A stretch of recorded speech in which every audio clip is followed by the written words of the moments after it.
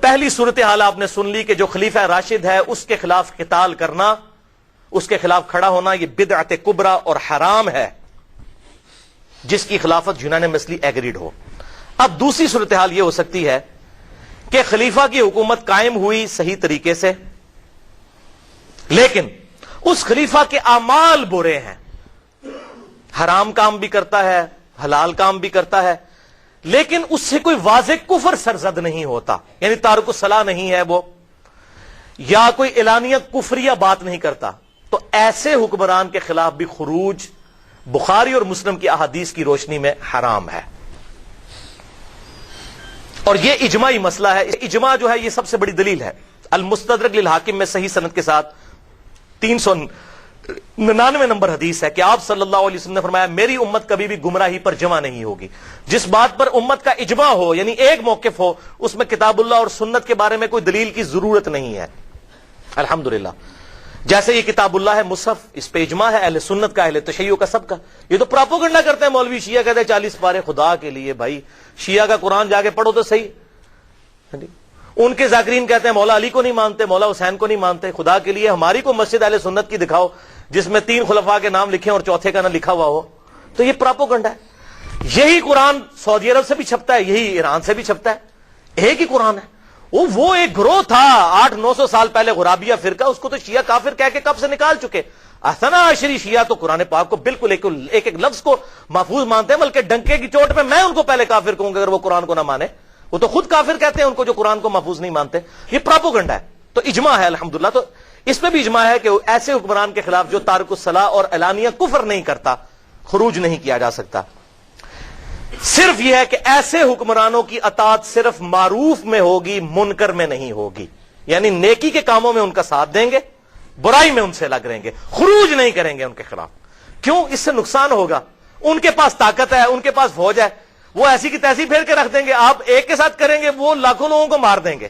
اس لیے اسلام نے اس چیز سے منع کیا کہ ایسے حکمران جو نماز پڑھتا ہے، اعلانیہ کفر نہیں کرتا، اپنے آپ کو مسلمان سمجھتا ہے، اس سے کوئی چھوٹی موٹی غلطیاں ہیں، اچھائی میں انڈر پروٹیسٹ اس کے ساتھ رہیں، خروج نہ کریں ایسے حکمران کے خلاف بھی۔ اور سورۃ النساء کی آیت نمبر 59 ہے، یا ایھا الذین آمنوا اطیعوا اللہ واطیعوا الرسول واولی الامر منکم، اے ایمان والو اللہ کی اطاعت کرو، اس کے رسول صلی اللہ علیہ وسلم کی اطاعت کرو، اور جو تم میں اولو الامر حکمران ہے اس کی بھی اطاعت کرو، لیکن حکمران کو کھلی چھٹی نہیں۔ فَإِن تَنَازَعْتُمْ فِي شَيْءٍ فَرُدُّوهُ إِلَى اللَّهِ وَالرَّسُولِ إِن كُنتُمْ تُؤْمِنُونَ بِاللَّهِ وَالْيَوْمِ الْآخِرِ، اگر حکمران سے بھی جھگڑا ہو تو اپنے معاملے کو پلٹاؤ گے اللہ اور اس کے رسول کی طرف، اگر تم ایمان والے ہو، اللہ پر ایمان لانے والے اور آخرت پر، اور اسی میں تمہارا بہتر انجام ہونے والا ہے۔ آج ہمارے سامنے اللہ اور اس کے رسول صلی اللہ علیہ وسلم ایز این انسٹیٹیوشن ہے۔ آج کی بات ہوگی تو کتاب اللہ اور سنت پہ حکمران کا عمل پیش کیا جائے گا اور اس کی اصلاح کی جائے گی کہ بھائی آپ نے یہ کیا، تو اس طریقے سے اس کی اصلاح کی جائے گی تاکہ فتنے کا دروازہ بند ہو جائے۔ ادروائز اگر محاذ کھڑا کیا جائے گا تو اس سے پھر قتل و غارت ہوگا، اسلام اس چیز کی اجازت نہیں دیتا۔ لہذا اس دور میں اس کی نمائندہ مثال حضرت امیر معاویہ رضی اللہ تعالی عنہ کا دور ہے، دور ملوکیت، کہ جس میں کئی کام اسلام کے بالکل خلاف تھے، لیکن اس کیٹیگری میں ابھی تک کوئی ایسی بات نہیں آئی تھی کہ ان کے خلاف خروج جائز ہوتا۔ اب میں صحیح الاسناد حدیث کی روشنی میں اس کو انشاءاللہ کنکلوڈ کروں گا اور اس کی 5 مثالیں پیش کروں گا، پھر ہماری یہ گفتگو مکمل ہو جائے گی۔ پھر 25 منٹ کی گفتگو انشاءاللہ مغرب کی نماز کے بعد ہوگی، اس کے بعد کھانے کا وقفہ، اور پھر اس کے بعد سوال جواب ہوں گے۔ سوال جواب پہلے نہیں ہوں گے، سوال جواب میں صرف وہی بیٹھے گا جس کو شوق ہوگا۔ جب میں اتنی دور سے آیا ہوں 2 گھنٹے کا سفر کر کے، تو جس کو شوق ہے وہ بیٹھے گا، سب کو زبردستی ہم نے نہیں سنوانے۔ تو یہ 5 مثالیں میں بیان کر کے اس کو کنکلوڈ کرتا ہوں کہ اگر حکمران کی خلافت تو قائم ہے لیکن اس کے کچھ اعمال برے بھی ہیں، کچھ اچھے بھی ہیں، تو اس کے ساتھ آپ نے ایٹیچیوڈ کیا رکھنا ہے۔ پہلی مثال صحیح بخاری میں، یہ بڑی کڑوی باتیں اب شروع ہو رہی ہیں، لہذا ایک دفعہ دروشی پڑھ لیں۔ اللہم صلی علی محمد وعلی آل محمد کما صلیت علی ابراہیم وعلی آل ابراہیم انک حمید مجید، اللہم بارک علی محمد وعلی آل محمد کما بارکت علی ابراہیم وعلی آل ابراہیم انک حمید مجید۔ پہلی مثال صحیح بخاری انٹرنیشنل نمبر کے مطابق غزوہ خندق کے چیپٹر میں 4108 نمبر، جس کو میں کڑوی گولی کہتا ہوں۔ صفین میں تحکیم کے مسئلے کے بعد جب حضرت امیر معاویہ رضی اللہ تعالیٰ عنہ مدینہ شریف آئے تو وہاں پر انہوں نے ایک تقریر کی. صحیح بخاری 4108. بخاری میں نہ نکلے جو چور کی سزا وہ میری، بلکہ جو مرتد کی سزا وہ میری سزا، لیکن اگر نکل آئے تو ان مولویوں کے گریبان پکڑیں کہ یہ حق بات آپ کو کیوں نہیں بتاتے. بخاری میں نہیں لکھی پائی جی. وہی بات جو وہ سعودی عرب کا مولوی مجھے کہتا ہے مسجد حرام میں بیٹھا ہوا کہ حدیثاں کتوں کٹیاں نے، میں کہ ایتھوں ہی گئی ہیں تسی چھڑ دیتی ہیں پڑھ لی نے. بخاری شریف حدیثیں تو آپ صلی اللہ علیہ وسلم کی یہیں سے نکلی ہیں نا. ذالک فضل اللہ یؤتی من یشاء. اس کے لیے تو نہ داڑھی سفید ہونے کی ضرورت ہے، علم وراثت میں نہیں، اللہ تعالیٰ جس کو عطا فرمائے. بخاری 4108. تو تحکیم کے مسئلے کے بعد جب حضرت امیر معاویہ رضی اللہ تعالیٰ عنہ مدینہ شریف آئے تو وہاں انہوں نے ایک تقریر کی، خطبہ دیا.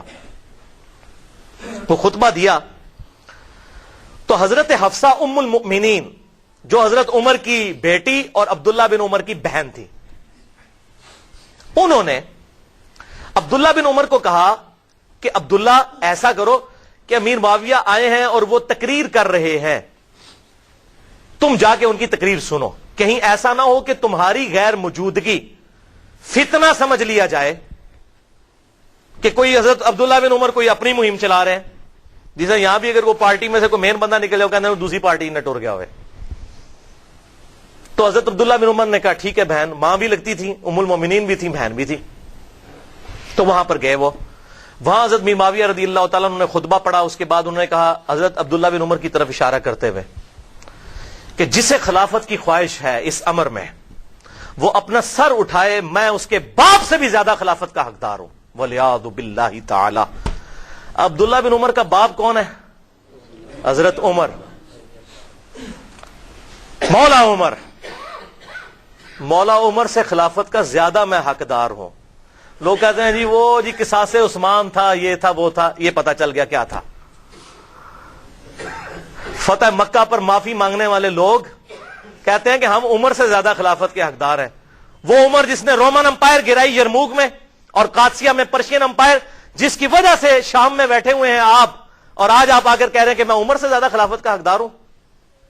اصل میں بدلہ اتارا نا، کیونکہ بخاری میں حدیث ہے حضرت عمر نے کہا تھا کہ میں صرف 6 بندوں کو خلافت کا اہل سمجھتا ہوں اپنے بات. پہلے نمبر پر کہا علی، عثمان، طلحہ، زبیر، عبد الرحمن بن عوف اور سعد ابن ابی وقاص. اپنے بیٹے کا بھی نام نہیں لیا. انہوں نے کہا تسی 6 بندوں نے نام لے کے گئے، علی دا پہلا نمبر تھا، میں ہوں جواب دینا تواڈے وفات تو بعد. جس کو خواہش ہے وہ اپنا سر اٹھائے، میں اس کے باپ سے زیادہ خلافت کا حقدار ہوں. اور پھر جب تقریر ختم ہوئی تو حبیب بن مسلمہ کہتے ہیں میں نے کہا عبداللہ بن عمر، اتنی توہین کی حضرت عمر کی حضرت امیر معاویہ نے اور آپ نے ان کا وہاں پر جواب نہیں دیا. عبداللہ بن عمر نے کہا اور پائی حسین نہیں روزانہ ماما جمدیاں، حسین حسین ہی سی. اور ہی کیوں نہیں لوگ کھڑے ہوئے؟ یہاں ایک ڈکٹیٹر بدماش مشرف بیٹھا رہا، قتل کیا اس نے مسلمانوں کو لال مسجد کے اندر، کون لوگ اٹھے؟ یہ بڑا مشکل کام ہوتا ہے اپنی جان دینا.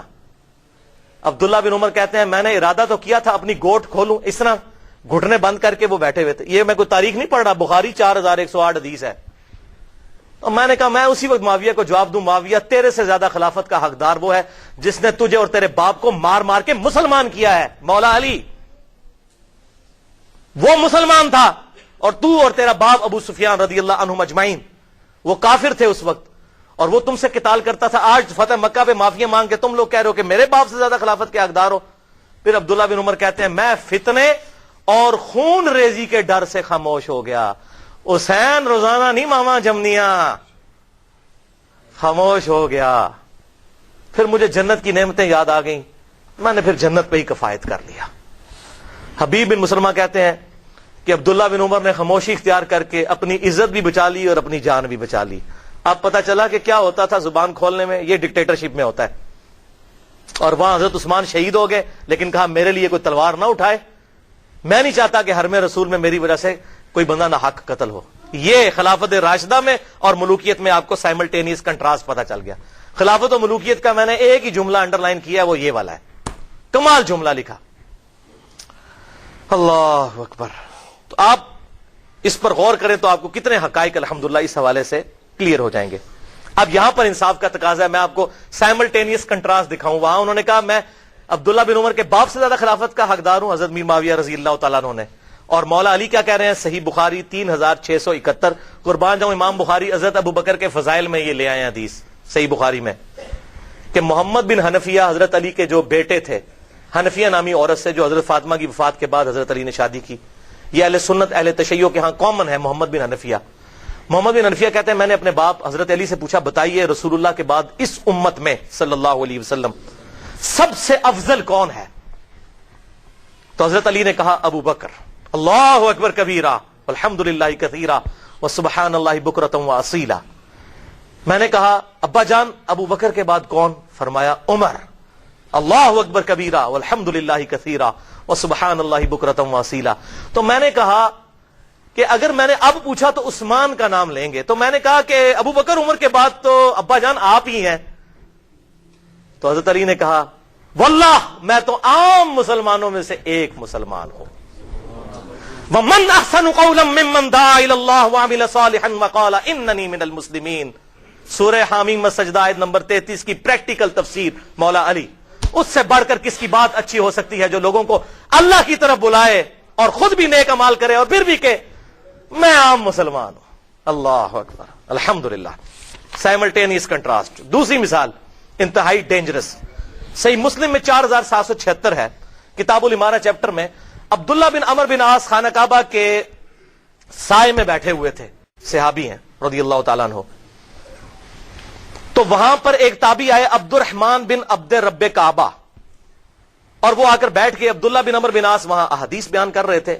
انہوں نے وہاں پر اطاعت امیر کے حوالے سے حدیث بیان کی کہ امیر کی اطاعت ضروری ہے، اس کے خلاف نہ ہو اور اس کی اچھی باتوں میں اطاعت، اور یہ اس طریقے سے حدیث جب سنی تو یہی تابعی ہے، انہوں نے کہا عبداللہ بن عمر بن عاص آپ کہہ رہے ہیں حکمران کی اطاعت کرو، یہ کیا حدیث آپ نے خود حضور صلی اللہ علیہ وسلم سے سنی ہے؟ انہوں نے کہا اللہ کی قسم میرے کانوں نے سنا، میرے دل نے محفوظ کیا، میری آنکھوں نے حضور کو دیکھا صلی اللہ علیہ وسلم کہ آپ صلی اللہ علیہ وسلم نے امیر کی اطاعت کا حکم دیا تھا. اب وہ تابعی کہنے لگے عبداللہ بن عمر بن عاص لیکن آپ کے چچا کا لڑکا معاویہ بن ابی سفیان رضی اللہ تعالیٰ عنہ جو اس وقت ہمارے امیر ہیں، وہ تو ہمیں کہتے ہیں ہم لوگوں کو ناحق قتل کریں اور لوگوں کا مال حرام طریقے سے ہڑپ کریں. یہ صحیح مسلم 4776 جس پہ سعودی عرب کا مولوی کانپنے لگ پڑا کہنا ہے کہ تو کٹی جائے، میں کہ تو ہی گئی جے اے حدیث جے صحیح مسلم دی. جبکہ اللہ کہتا ہے، آیت پڑھ دی تابعی نے صحابی کے ساتھ، دیکھیں ڈیبیٹ چل رہی ہے، یہ علمی گفتگو ہے. اس نے کہا آپ ہمیں کہہ رہے ہیں امیر کی اطاعت کرو، اور قرآن کہتا ہے سورہ نساء آیت نمبر 29 پڑھی اس نے، یا ایھا الذین آمنوا لا تأکلوا اموالکم بینکم بالباطل، اے ایمان والو باطل طریقے سے مال نہ ایک دوسرے کا ہڑپ کرو. اور پھر آگے چلتا ہے ولا تقتلوا انفسکم، اور ایک دوسرے کو آپس میں قتل مت کرو. اور آپ کا چچا کا لڑکا معاویہ ہمیں کہتا ہے لوگوں کو ناحق طریقے سے قتل کریں اور ان کا مال ہڑپ کریں، ہم کدھر جائیں؟ عبداللہ بن عمر بن عاص خاموش ہو گئے. تھوڑی دیر بعد سر اٹھایا اور کہا کہ معاویہ کی اطاعت کرو اللہ کی اطاعت کے اندر، اور معاویہ کی نافرمانی کرو جب وہ اللہ کے خلاف تمہیں بات بتائے. یہ وہ بات ہے. یہ ہم کہتے ہیں حکمرانوں کے خلاف اس طریقے سے ایٹیچیوڈ ہونا چاہیے کہ اگر وہ کفر کریں اعلانیہ پھر معاملہ الگ ہے. اور بخاری اور مسلم کی متفق حدیث ہے حضرت علی سے کہ حضور صلی اللہ علیہ وسلم نے فرمایا کہ حکمران کی اطاعت امیر کی اطاعت صرف معروف میں ہے، بھلائی کے کاموں میں. اگر وہ برائی کے کاموں میں کہتا ہے اس میں کوئی اطاعت نہیں، اللہ کی نافرمانی میں اپنے امیر کی اطاعت نہیں کر سکتے. اللہ اکبر کبیرہ. اسی طریقے سے بخاری اور مسلم میں ایک حدیث آتی ہے کہ ایک صحابی کو حضور صلی اللہ علیہ وسلم نے کہیں پر امیر بنا کر بھیجا، تو ان کے ساتھ باقی اصحاب بھی تھے. اس نے وہاں پر لکڑیاں اکٹھی کی، ان کو آگ لگائی اور کہا اس میں چھلانگ لگاؤ، میں تمہارا امیر ہوں، میری اطاعت کرو. اے چنگی زبردستی ہے. تو صحابہ نے کہا اے گل تو نہیں مننی تہاڈی، اسی ہم نے آپ کی یہ بات نہیں ماننی، اور چھلانگ نہیں لگائی. اور حضور صلی اللہ علیہ وسلم تک شکایت واپسی پہ پہنچی. آپ نے فرمایا اگر یہ اپنے امیر کی اطاعت کر کے اس لکڑی کی آگ میں کودتے تو دوزخ کی آگ میں جا کے نکلتے. اطاعت صرف معروف میں ہوگی، منکر میں نہیں ہوگی. اللہ اکبر.